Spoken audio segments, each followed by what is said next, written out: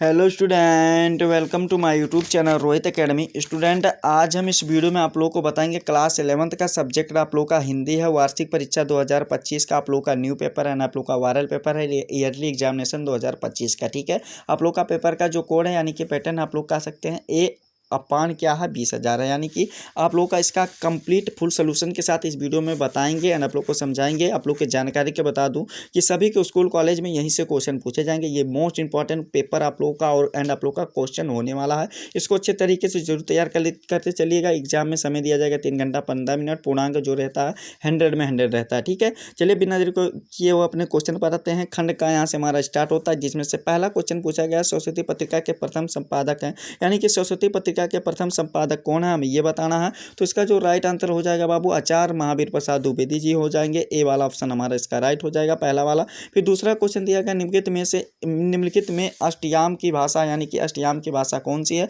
हमें ये बताना। तो ब्रज भाषा यानी कि दूसरा वाला ऑप्शन हमारा इसका राइट हो जाएगा। फिर अगला क्वेश्चन दिया गया गावाला की भारतेंदु युग के किस पत्रिका का संपादन हुआ था हमें ये बताना है। यानी कि जो भारतेंदु युग था वो उसमें किस पत्रिका का संपादन हुआ था हमें ये बताना है। तो कवि वचन सुधा का हुआ था। ठीक है, ये हमारा कौन सा, ये चौथा वाला ऑप्शन राइट हो जाएगा। फिर अगला क्वेश्चन दिया गया है कि काशी नगरी प्रचारणी सभा के स्थापना की थी यानी कि कौन किए थे हमें ये बताना है। तो इसका जो सही आंसर हो जाएगा बाबू घा का राइट आंसर हमारा फर्स्ट वाला ऑप्शन राइट हो जाएगा। क्या हो जाएगा, श्याम सुंदर दास जी हो जाएंगे। ये पेपर मोस्ट इंपॉर्टेंट है, इसको अच्छे तरीके से आप लोग जरूर तैयार करते चलिएगा। जितना बताया जा रहा है उतना अच्छे तरीके से जरूर तैयार कर लीजिएगा। ठीक है बाबू, फिर अगला क्वेश्चन देख लेते हैं। क्या दिया गया आप लोग का निम्नलिखित में से यानी कि ये पद्यांश के नीचे क्वेश्चन दिया गया। पहला क्वेश्चन इसमें दूसरा का वाला दिया गया है कि कौन सा कवि प्रेमाश्रयी शाखा के संबंधित नहीं है हमें ये बताना। इसमें नहीं है ये बताना है। तो दूसरा का राइट आंसर हमारा पहला वाला ऑप्शन सही हो जाएगा, जयसिंह हो जाएंगे। ठीक है, फिर अगला क्वेश्चन दिया गया है कि निम्नलिखित में से भक्ति काल के महाकाव्य है यानी कि निम्नलिखित में से भक्ति काल का महाकाव्य कौन सा हमें ये बताना है।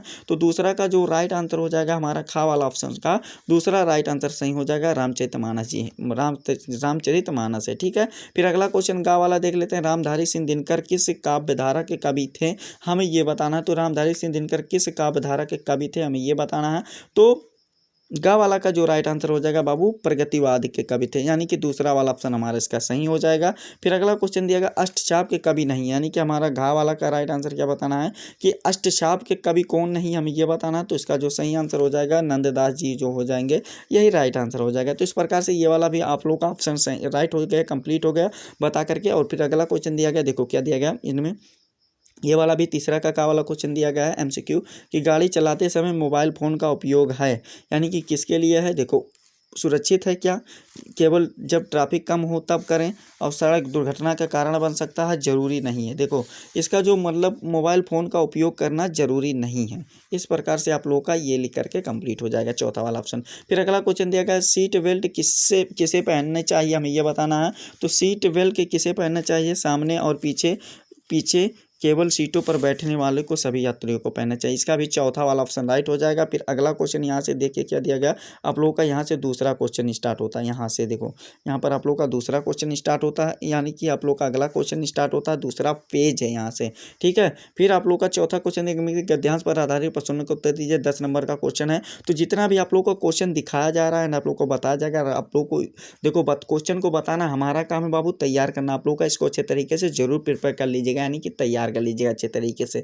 क्या दिया गया है कि चित्त की क्षुद्र वसानाओं को, ये वाला दिया गया है, इसको अच्छे तरीके से आप लोग तैयार कर लीजिएगा। इसमें अथवा करके भी दिया गया है यानी कि शत्रु वाला है, तो इसको भी बाबू आप लोग अच्छे तरीके से प्रिपेयर कर लीजिएगा। ठीक है, फिर अगला क्वेश्चन देगा इनके पद्यांश पर आधारित प्रश्नों को उत्तर दीजिए, जो कि आप लोग का क्या यही 10 नंबर का रहेगा यानी कि 5 क्वेश्चन रहेगा और आप लोग का जो प्रत्येक क्वेश्चन का राइट आंसर देने पर 2 नंबर मिलेगा। ठीक है, अगला कुछ क्या दिया गया, बतरस लालच लालच लाल की मुरली धरी लुकाए हसो करी भोनू हंसे देर कहे लिट जाए, ये वाला दिया गया है। इसको भी आप लोग अच्छे तरीके से तैयार कर लीजिएगा। अथवा करके दिया गया, अगर आप ऊपर वाला नहीं करना चाहते तो नीचे वाला भी कर सकते हैं। ठीक है, चलिए अगला क्वेश्चन, जितना भी क्वेश्चन दिया गया सभी को अच्छे तरीके से बाबू प्रिपेयर कर लीजिएगा। बार बार इसलिए बता रहे हैं, मोस्ट इंपॉर्टेंट क्वेश्चन सभी हैं। ठीक है, अगला क्वेश्चन आते हैं तीसरे पेज पर। तीसरा पेज पर क्या है कि 6 वाला दिया गया, निम्नलिखित में से किसी एक का लेखक का साहित्य प्रसिद्ध है तो उनकी कृतियों को उल्लेख कीजिए आप लोग को, यानी कि रचनाओं को बताना। 5 नंबर का क्वेश्चन है, शब्द सीमा 80 शब्दों में देना। क्या क्या दिया गया ऑप्शन के तौर पर,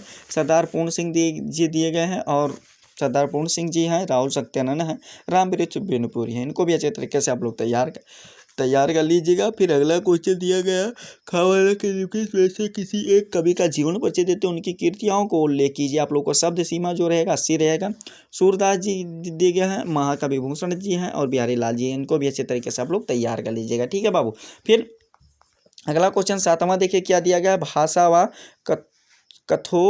कथोपकथन की दृष्टि से आकाशदीप कहानी का मूल्यांकन कीजिए। शब्द सीमा पास 5 रहेगा, शब्द सीमा 80 शब्द रहेगा। 5 नंबर का क्वेश्चन रहेगा। अथवा करके भी दिया गया कि अगर ऊपर वाला नहीं करना चाहते हैं तो समय कहानी के आधार पर पापा के चरित्र चित्रण यानी कि इसका पात्र का चित्रण करना है, तो इसको भी अच्छे तरीके से आप लोग तैयार कर लीजिएगा। ठीक है।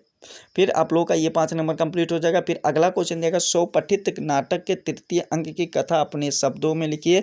5 नंबर का क्वेश्चन है, तो ये जो बता रहे हैं ना, इसको अच्छे तरीके से जरूर तैयार कर लीजिए। ये यानी कि आप लोग को जो डिस्ट्रिक्ट में पढ़ना होगा, जिसका खंडकाव्य जो रहेगा, नाटक जो रहेगा, उसको अच्छे तरीके से आप लोगों को लिख देना। अथवा करके इसमें भी दिया जाएगा कि स्वपठित नाटक का कौन सा अंक आपको सबसे अच्छा लगा है और क्यों लगा है ये बताइए, तो इसको भी अच्छे तरीके से आप लोग तैयार कर लीजिएगा। ठीक है। खंड खा यहाँ से हमारा स्टार्ट होता है, जिसमें से आप लोग को संस्कृत एंड आप लोग का व्याकरण के क्वेश्चन देंगे, इसको भी अच्छे तरीके से आप लोग बता दे रहे हैं, आप लोग को समझा दे रहे हैं। आप लोग इसको स्वयं से जरूर तैयार कर लीजिएगा। क्या दिया गया, 9वां का वाला क्वेश्चन देंगे, संस्कृत गद्यांश में से किसी एक का संदर्भ हिंदी में अनुवाद कीजिए। 7 नंबर का क्वेश्चन है, क्या दिया गया, देखो इसको समझ लो आप लोग अच्छे तरीके से। तदत्र दिया गया है, सरिस ये वाला दिया गया। अथवा करके इसमें दिया गया, इतिहास प्रसिद्धा नीति निगुण ये मुगल शासका, ये वाला अकबरनामा दिल्लिया, ये वाला दिया गया। तो इसको भी अच्छे तरीके से आप लोग तैयार कर लीजिएगा। ठीक है बाबू। फिर अगला क्वेश्चन देख लेते हैं। देखो अगला क्वेश्चन भी आप लोग को देख करके आप लोग को समझा दे रहे हैं। देखो क्या दिया गया, इसमें खा वाला दिया गया, निम्नलिखित विषयों में से आप लोगों को किसी एक का संदर्भ सहित हिंदी में अनुवाद करना है। क्या करना है, हिंदी में अनुवाद करना है। तो इसको भी अच्छे तरीके से आप लोग को समझा दे रहे हैं, आप लोग को बता दे रहे हैं। देखो कैसे क्या करना है, ये भी आप लोग अच्छे तरीके से समझ लो। देखो यहाँ पर भी अथवा करके दिया गया, अगर ऊपर वाला 7 नंबर का क्वेश्चन है, अगर आप लोग ऊपर वाला नहीं करना चाहते हैं तो अथवा वाला भी अच्छे तरीके से आप लोग तैयार कर सकते हैं। ठीक है।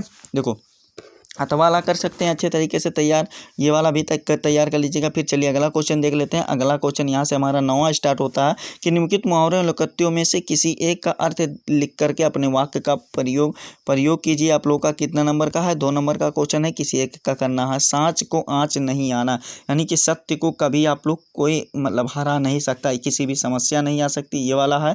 और ये वाला भी हो जाएगा, दीवार के भी कान होते हैं, यानी कि आप लोगों को दीवार के भी कान होते, इसका अर्थ वो कर देना है, भरी गगरिया चुपके जाए, ये वाला भी आप लोगों को तैयार कर देना है।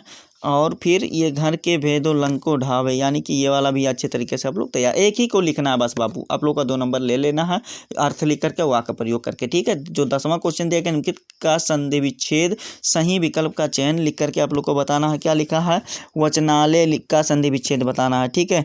तो वचनालय का संधि विच्छेद क्या हो जाएगा, वचन प्लस आलय हो जाएगा, यानी कि हमारा बी वाला ऑप्शन इसका राइट हो जाएगा। नागेंद्र का संधि विच्छेद बताना है, तो नग प्लस इंद्र हो जाएगा, यानी कि हमारा ए वाला ऑप्शन राइट हो जाएगा। ठीक है। चलिए अगले पेज को देख लेते हैं। अगला पेज आप लोगों का यहाँ पर चौथा वाला है। देखिए क्या दिया गया, आप लोग इसको भी समझ लो अच्छे तरीके से। क्या दिया गया, सतीश का संधि विच्छेद बताना है, तो सत प्लस ईस हो जाएगा, यानी कि पहला वाला ऑप्शन हमारा इसका राइट हो जाएगा। फिर अगला क्वेश्चन दिया गया है कि दिए गए शब्दों के विभक्ति और वचन के अनुसार उपयुक्त विकल्प का चयन कीजिए, ये वाला भी अच्छे तरीके से आप लोग समझा दे रहे हैं, आप लोग को बता दे रहे हैं। देखो आत्मानम दिया गया है, आत्मानम में कौन सा विभक्ति एंड आप लोग का वचन है ये हमें बताना है, तो ये वाला भी अच्छे तरीके से आप लोग स्वयं से तैयार कर लीजिए। 80 में आप लोग का षष्ठी विभक्ति 2 ही वचन होगा। फिर आप लोग का ये दिया गया गणना, और गणना दिया गया, तो एक का मतलब होता है गणना, एक का मतलब जानना होता है, यानी कि आप लोग को देखिए गणना एक का मतलब होता है चुभना होता है, एक का मतलब गिनती होता है, ये भी जान लो। गणना कहते नहीं तुम मेरे आँख में गढ़ रहे हो या मैं उसके आँख में गढ़ रहा हूँ, तो गणना मतलब चुभना होता है। और एक गणना मतलब कहते नहीं गणना किया गया था कि इतने लोग हैं, यानी कि गिनती किया गया था इतने लोग हैं, समझ गए ना, बी वाला ऑप्शन राइट टिक कर देंगे।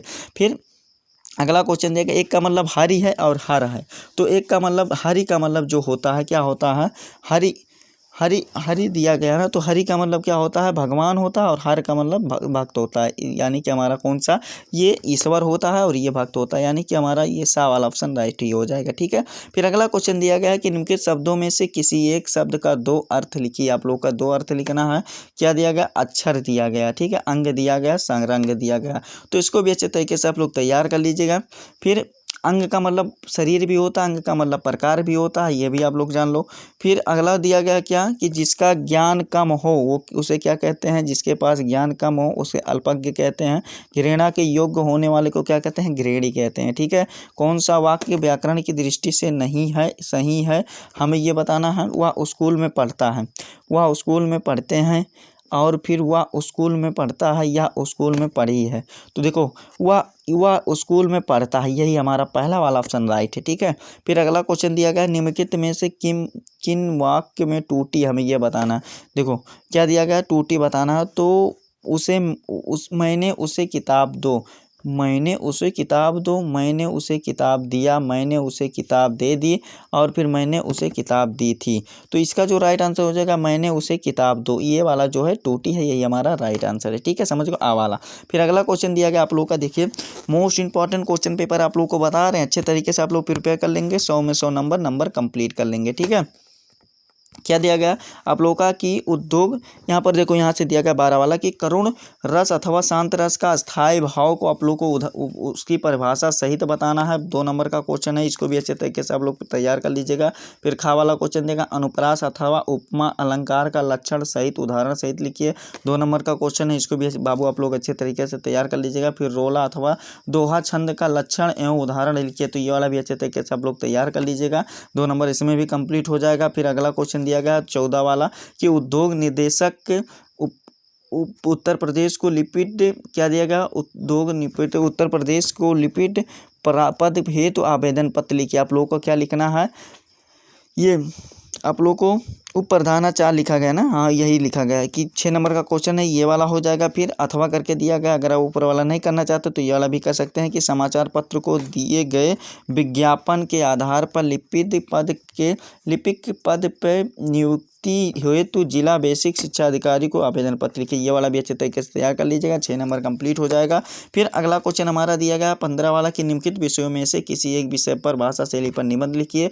9 नंबर का क्वेश्चन है, इसको भी बाबू आप लोग अच्छे तरीके से तैयार कर लीजिएगा। ऑप्शन के तौर पर क्या क्या दिया गया, वृक्षारोपण की उपयोगिता दिया गया, और खा वाला जो दिया गया भारत में बेरोजगार की समस्या दिया गया, और हमारे आदर्श कवि दिए गए हैं, और वो विज्ञान और मानव कल्याण दिया। जनसंख्या वृद्धि पर भी तैयार कर लीजिएगा, पर्यावरण प्रदूषण भी हमारे तरफ से तैयार कर लीजिएगा, दोनों पर। ठीक है, आप लोगों का यही था आप लोग का कक्षा 11 का क्वेश्चन पेपर था, यानी कि वार्षिक परीक्षा का पेपर था, जो कि इस वीडियो में कंप्लीट एंड आप लोग को निचोड़ तरीके से बता दिया, आप लोग को समझा दिया। आप लोग को ये हमारा प्यारा सा लवली सा वीडियो कैसा लगा कमेंट करके जरूर बताइए। हाँ, अगर आप हमारे चैनल पर नए हो तो बाबू चैनल को सब्सक्राइब कर लीजिएगा, बेल आइकन दबा दीजिएगा, और आप लोग वीडियो को शेयर नहीं करते हो तो इस वीडियो को क्लास 11 के यानी कि कक्षा 11 के जितने भी स्टूडेंट होंगे उनके पास अधिक से अधिक जरूर शेयर करके पहुंचा दीजिएगा। ठीक है, चलिए हम आप लोगों से मिलते हैं नेक्स्ट वीडियो में नेक्स्ट टॉपिक के साथ। तब तक के लिए जय हिंद, जय भारत, वंदे मातरम।